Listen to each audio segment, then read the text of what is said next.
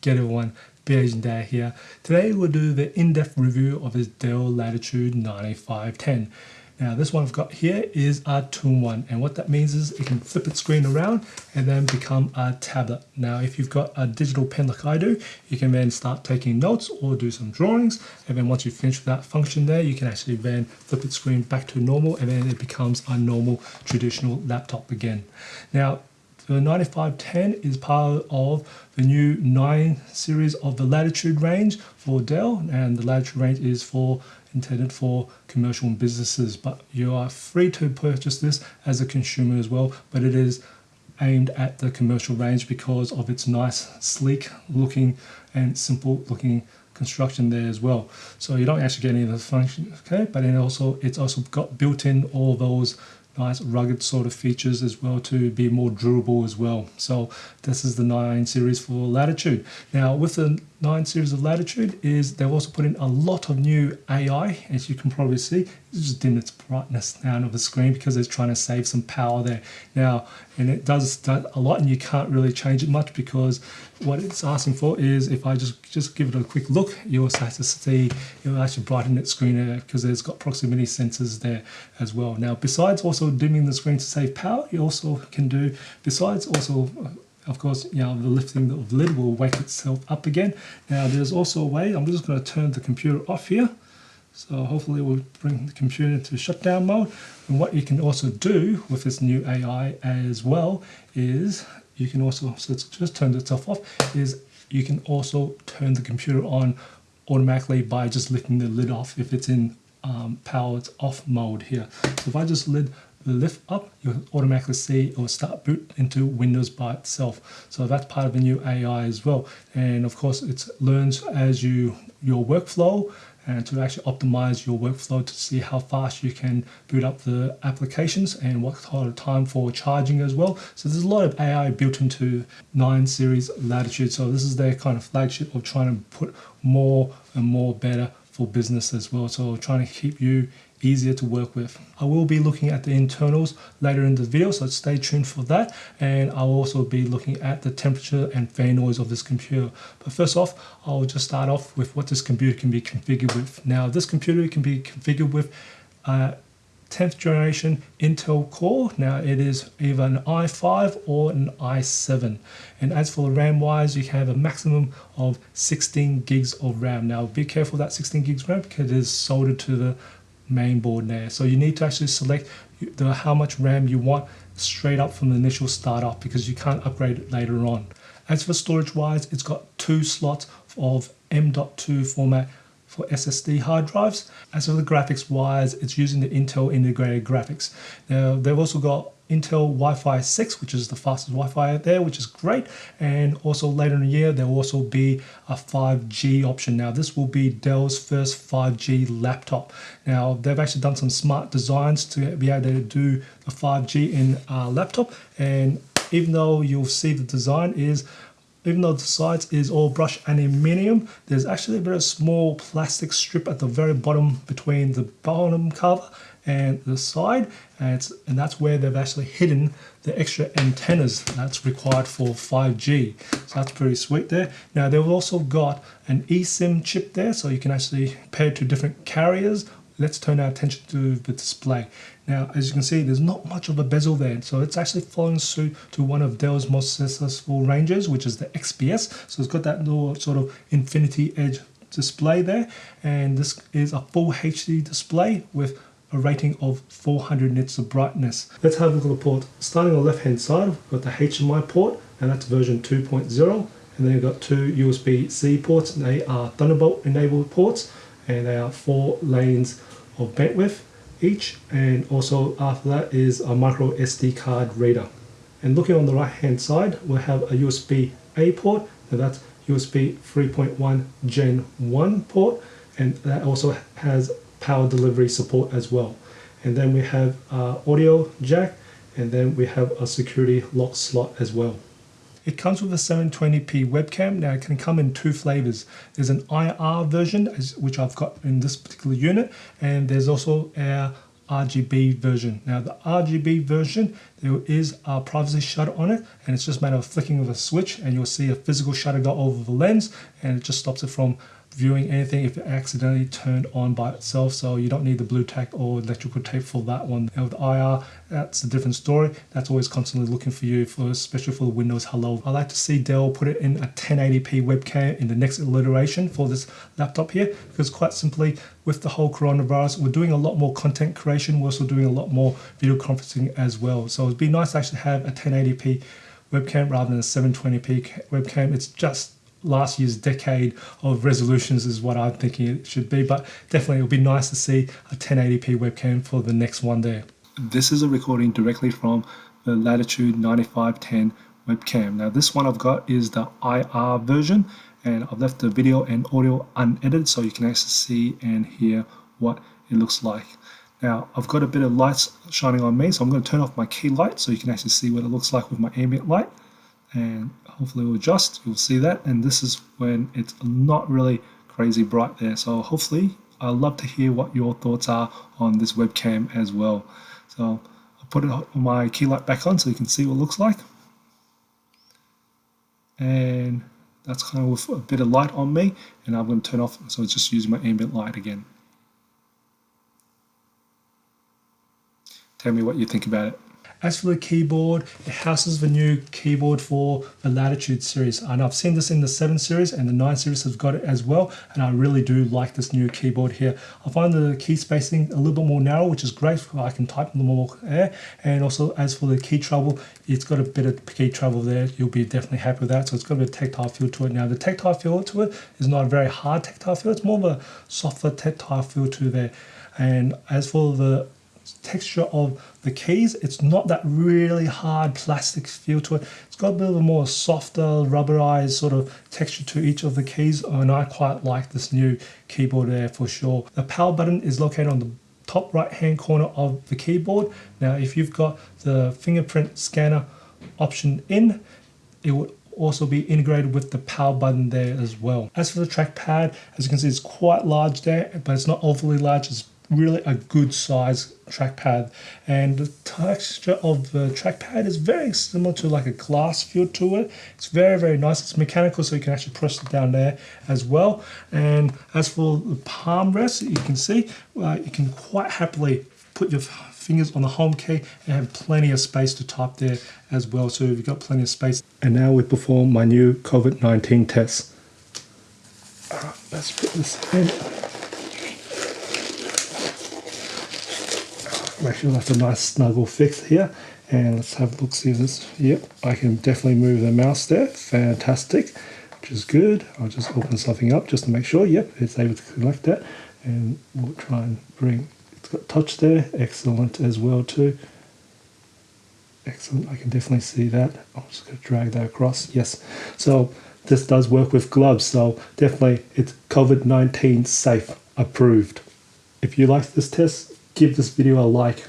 As for the construction of this computer here, it's got one of the nicest constructions I've ever touched in a laptop, including the Macs.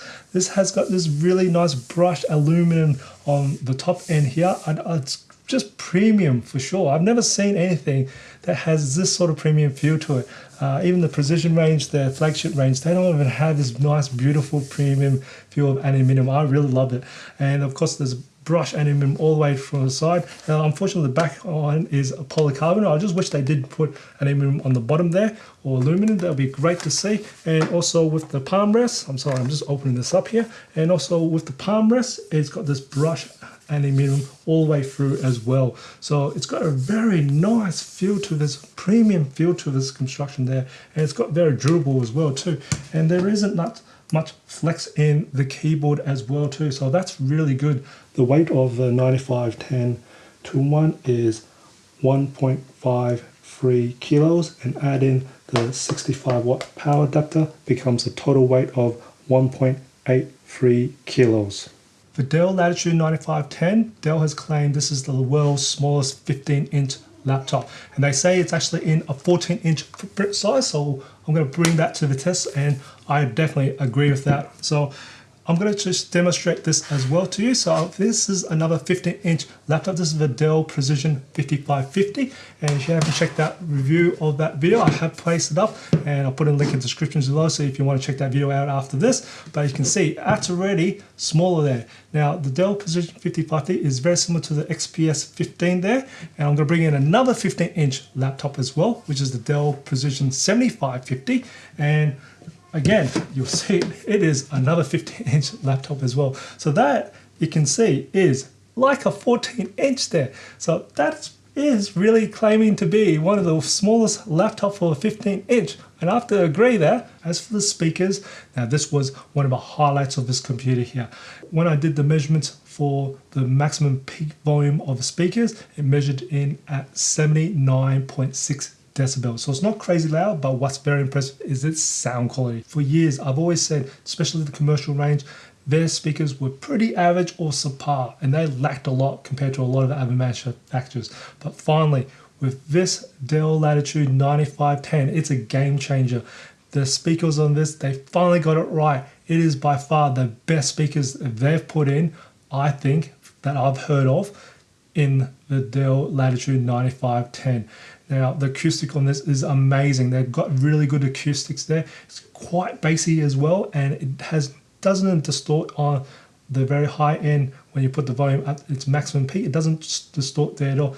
It's so good that I think this can actually compete, or maybe even win, compared to the MacBook Pro 16. Now they got really amazing speakers, and I think this one can actually compete at that level. That's how good the speakers are on the Dell Latitude 9510. If you're joining me for the very first time, I'd like to bring your attention to this particular new application for Dell.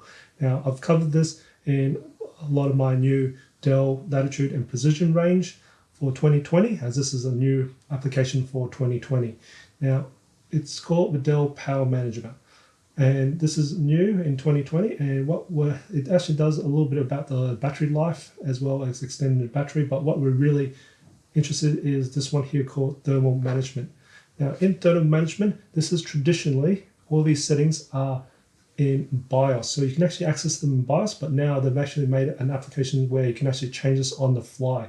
So the one that we're really interested in is this one here called Ultra Performance. And Ultra Performance basically allows the processor and the fan speed to pretty much run it at its full max if it wanted to. So it doesn't actually is contained by the optimize, where it's trying to get the fan to be not as noisy and still maintain a good performance. But whereas Ultra Performance allows you to have the fan run at its course, and so you can actually get the best maximum performance there. So like I said, this is traditionally set in BIOS, so you have to actually turn the computer off to then set this setting, and then you can boot up to Windows. Now the fact they've actually made this, you can actually do this on the fly. So as before you perform a big long task that actually requires that require a lot of performance, like rendering or doing some sort of encoding, then you can quickly switch to Ultra Performance, and then once you're done with that task, you can then switch it back to Optimize, where you'll find it won't be running as loud for the fan noise. The 9510 comes with a 65-watt power adapter. Now it is quite small, light and thin, and it charges the computer by its USB-C port. Now with the battery wise, it has two options. So the first option is a 52 watt-hour battery, which I've got in this particular unit, and there's also an 88 watt-hour battery one as well. Both batteries can support express charge. So what that means is you can actually charge the battery from 0 all the way to 80% charge in 1 hour's time. Now I did test the battery life of this computer here. Now I've got a 52 watt-hour battery in this one, and I tested in the 4 different modes. Now I also had the thermal settings set at Optimize as well, and I put the computer at 100% load with the screen brightness at 100% as well. So in best performance mode, it's managed to get 2 hours and 20 minutes. That's pretty good, I've got to say. And in better performance mode, it managed to get 2 hours and 50 minutes. In better battery mode, I did drop the processor to 50% load and also the screen brightness to 50%, and it managed to get 6 hours and 40 minutes. And in battery saving mode, it managed to get 7 hours. So that's pretty decent considering this is a 52 watt-hour battery. Now with the 88 watt-hour battery, I expect to be a lot better there, because Dell is claiming that it's got one of the most longest battery life for a laptop, and it says it's pretty big there. So I've got to say I would probably believe that as well with the 88 watt hour battery. Now my battery life tests are very constant tests there, so you should expect a little bit better numbers than what I'm getting. As for the temperature and fan noise of this computer, when I put this computer on load, I found most of the heat was near the center of the keyboard, which is not unsurprising because that's where the processor sits. Now, when I did the measurement, my ambient temperature was 18 degrees Celsius. So we're here in winter in Australia. So if you're in a more warmer climate, I expect these numbers to go up. Now, when I did the base measurement, when the computer was on idle, and the center of the keyboard measured at 28 degrees Celsius. And as for the fan noise, it measured a maximum of 31 decibels. So that's pretty much quiet. And this was in optimized mode. Then I put the computer on 20% load. So that's pretty much average use. So tasks like office productivity work, surfing the web, streaming video, and it measured a maximum of 35 degrees Celsius. And the fan noise was 32 decibels. And then I put the computer at 50% load, and the maximum temperature read at 37 degrees Celsius, and the fan noise was 33 decibels. Then I put the computer at 100% load, and the maximum temperature read at 33 degrees Celsius, and the fan noise was still 33 decibels. Now, I also put this computer on ultra performance mode to see if there was any difference there, and again, it still read at maximum temperature of 43 degrees Celsius, and the fan noise was still at 33 decibels. So it didn't actually make any difference whatsoever. And I also measured the back cover of it on the bottom of it, and at 100% load, and it was reading also at 43 degrees Celsius at the hottest part. The fan noise was still at 33 decibels.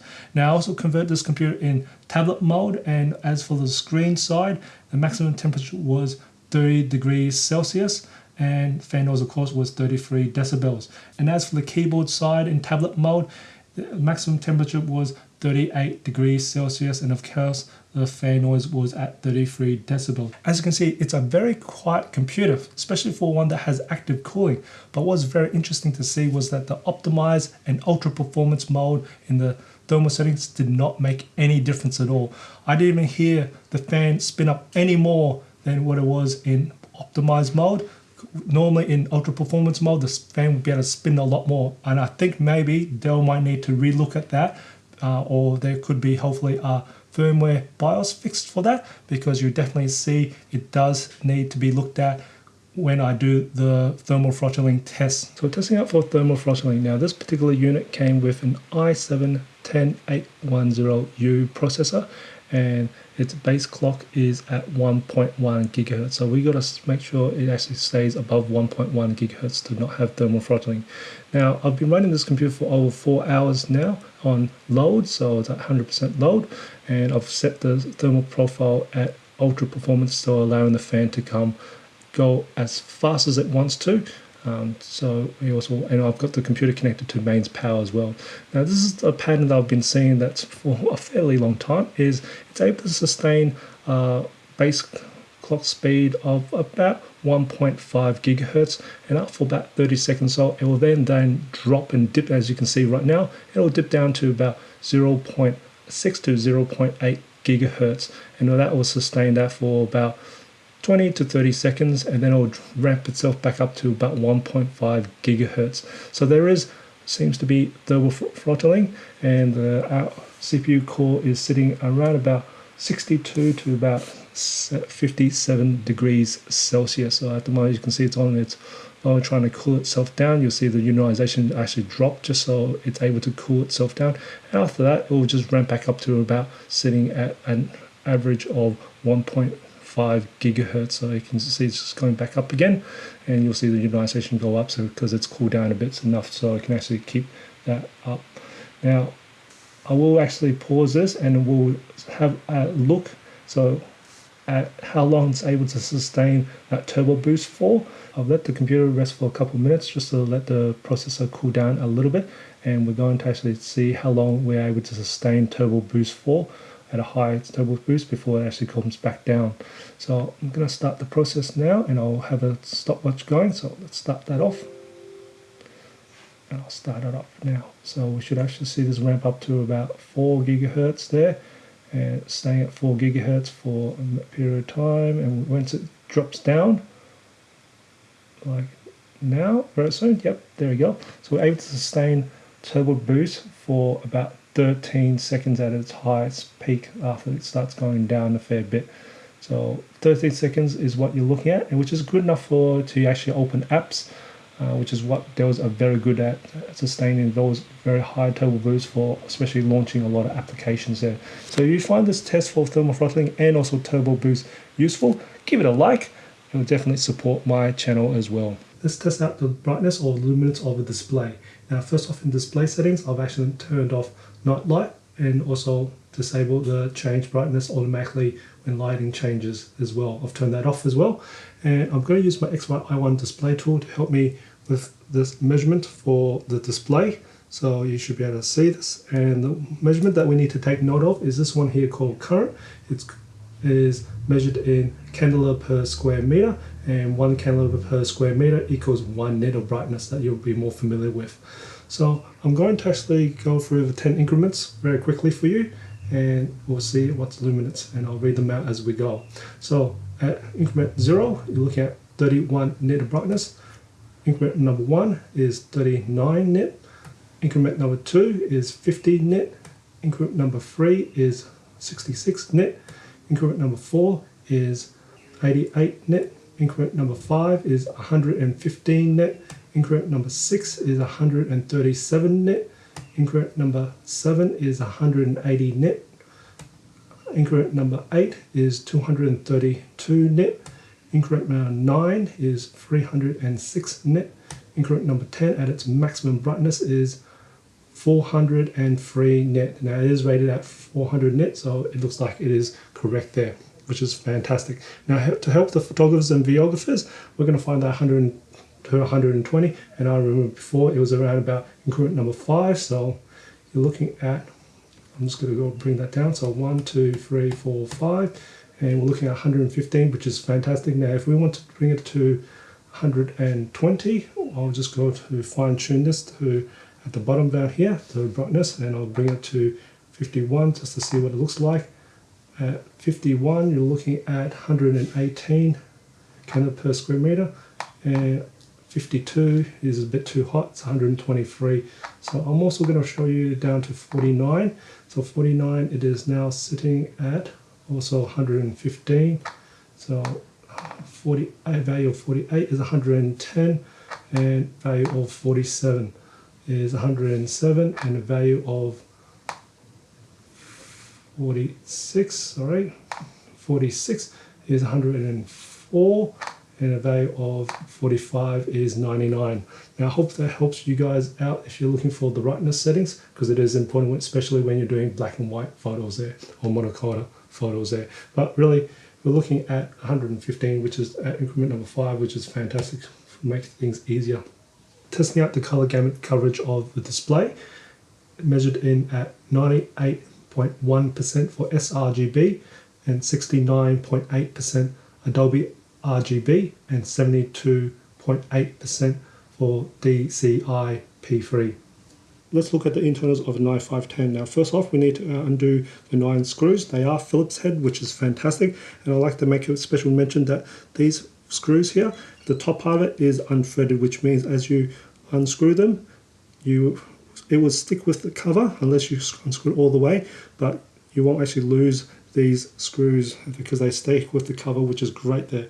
And after that, you just need to pry it open. Now I'm just using my daughter's Play-Doh scalpel tool. It's been very handy for this task, and the easy way to pry it open is go from the hinge towards the center of the rear, and then from the hinge to around the side here, and then repeat again on the other side there, from the hinge to the center and then around the back. Now I've undone this one here to make things easier, so and it's just a matter of lifting the cover off, and that's pretty much all there is. Now there's not really much to see in this 9510 because there's not much upgradability to it. So the only really ones we need to take note of is the SSD hard drive. So there are 2 slots of M.2 here, and at the moment it's a little bit weird because it's got a heat sink there. So I'm just gonna, you just give it a nice little tool just to pry it open, and then you'll see the SSD hard drive there. So it's actually quite small. It is a 2230 format, which is quite nice, and neat. And then you also have the second one here. There is no RAM upgrade to this because it's all soldered to the motherboard, and as you can see, this one's got the 52 watt hour battery. The 85 watt hour battery would be just as big as well. And I can see that the Wi-Fi and Bluetooth card is sitting right here, and then you got eSIM. And the processor sits right underneath this heatsink here. And if you're working with the computer, it's a good idea to actually remove the battery, and it's just a matter of lifting this little sleeve up here and just pulling it towards downwards here, and then I will disconnect the battery. So let's do the line or jitter test. I'm going to slowly do my diagonal lines here. Now I've got my palm on the screen here, and I'm not a digital artist in any form, so I'm doing my best to do the straight lines slowly. It's looking not too bad, I've got to say. Just do that, just disconnect it, and I'm also going to bring in microfiber cloth here as well for the people who do use a glove, just to see what it looks like there.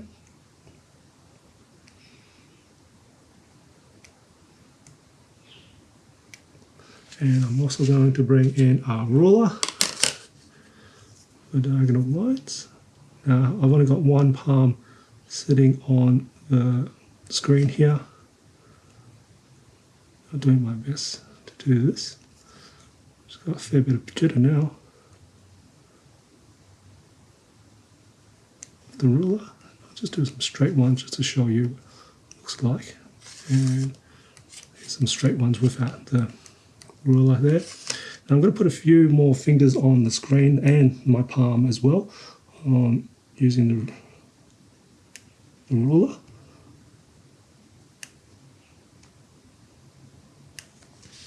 Alright, and then I'm going to also bring in the little swirls. I'm using Critter right now just to show you. This is a free drawing software. Alright, that's what it looks like. And see the parallax. It's not too bad. And this is what it looks like with just writing.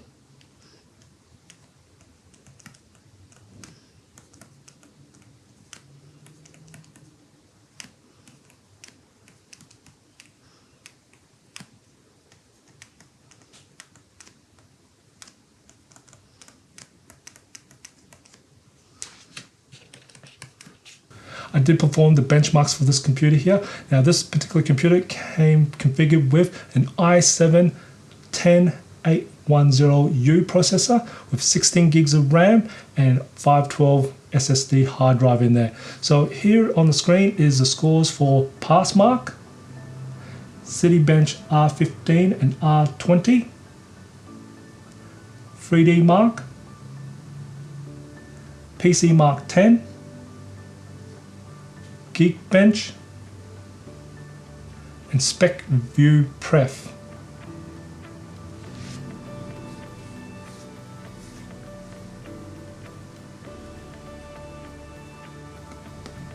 And Crystal Disk Mark.